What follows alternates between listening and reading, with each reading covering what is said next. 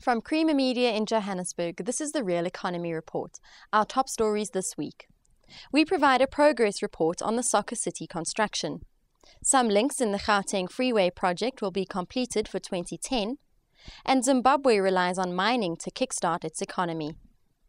As the kick-off date for the 2010 FIFA World Cup draws near, construction on stadiums around the country is drawing to a close. Irma Venter visited Soccer City to see how work is progressing on the stadium. Soccer City has been designed to represent an African pot sitting on a fire, thereby using a cultural icon to celebrate the first Soccer World Cup on African soil. Creating this image, though, is not as easy as it may appear, explains PDNA concrete and civil site engineer Zoran Lazarevsky. Cladding is produced in Taiwan and erected and hang on structure by Austrian company Rieder. Cladding that is fiber cement. We have 6 different colors and 3 textures on that cladding.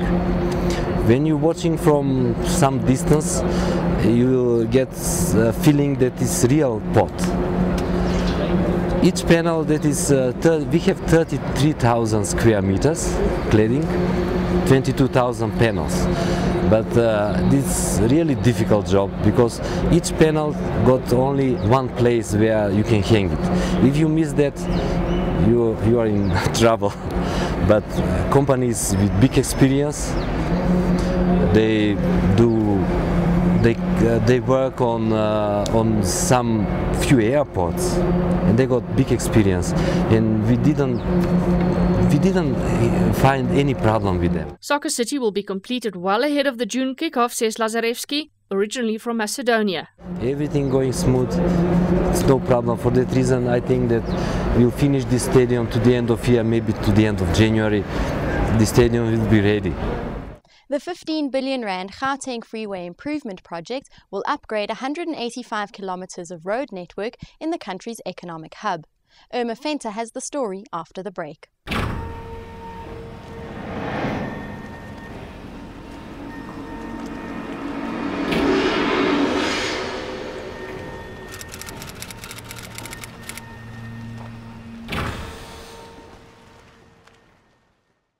Construction on the Gauteng Freeway Improvement Project started in June last year.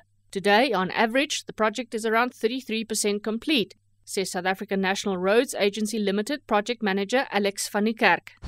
The project is progressing well in terms of expenditure on the project. In total, for the first phase of the project, I think we're a third into the project. Some of the projects started earlier, so on those projects we're about 50% completion. And then obviously the ones that start later on, they will only be completed in about 10 months from now. The Freeway Improvement Project has never been a 2010 FIFA World Cup program, but a few pivotal sections will be completed in time for the global sports event, such as the R21 Airport Road. First section which will be completed is a section between Atterbury Interchange and this interchange, the R21 interchange. That is about 5.5 kilometers, which will be completed in October or November, and it will be open to traffic. Then the other sections that will be completed earlier is the R21 from Pretoria to the OR Tambo International Airport, and then also a section of the N1 from Soweto to 14th Avenue that will also be completed for World Cup, and that's by May 2010. While the political light remains on amber, many are piling into troubled Zimbabwe in the hope of being established when the political light turns green. Martin Creamer reports. While many investors still run a mile at the very utterance of the word Zimbabwe, others are filling aircraft and paying high hotel bills in Harare to have a look-see. Paul Runga comments. Wow, but the hotel prices have gone through the ceiling. The flights are very full. Full flights and high hotel tariffs aside, the main driver of the new interest in Zimbabwe is mining. If you look at the incentives, the tax incentives alone, if you work, mining in Zimbabwe has a flat tax rate of 15%. With your special initial allowances, that comes down to 8%, which is phenomenal. You're not going to get that anywhere else. So there is a huge incentive. Your capital equipment is duty-free. any losses may be rolled over. And there are a number of other incentives in the mining sector, specific to the mining sector. So, is mining being singled out as the sector to kickstart the new Zimbabwe? Definitely. You need to partner strategically with local investors, and definitely the indigenization and empowerment bill needs to be looked at. And I think for any company that's serious about a long-term future in Zimbabwe should look at empowering someone in Zimbabwe. What the general sense is that most of us have picked up is that bit by bit things are moving in the right direction. And now for a sneak preview of this week's Engineering News magazine. In our cover story this week, read how some energy-savvy South Africans have already taken the grid-free leap to power their homes and businesses from solar irradiation. Read about South Africa's 26 million rand Sumbandila satellite being in its correct orbit and performing as expected. And read how state-owned power utility Eskom is at odds with companies that are warning that South Africa could again face load shedding.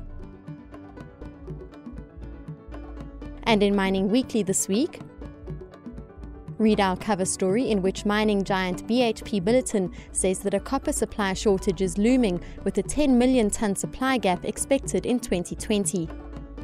Read how coal miner Sasol is studying the conversion of carbon dioxide into fuel.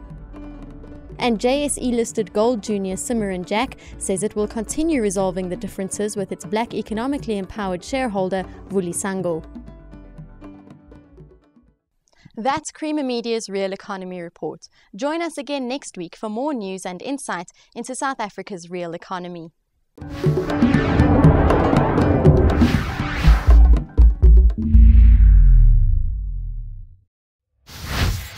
Engineering news, not just for engineers.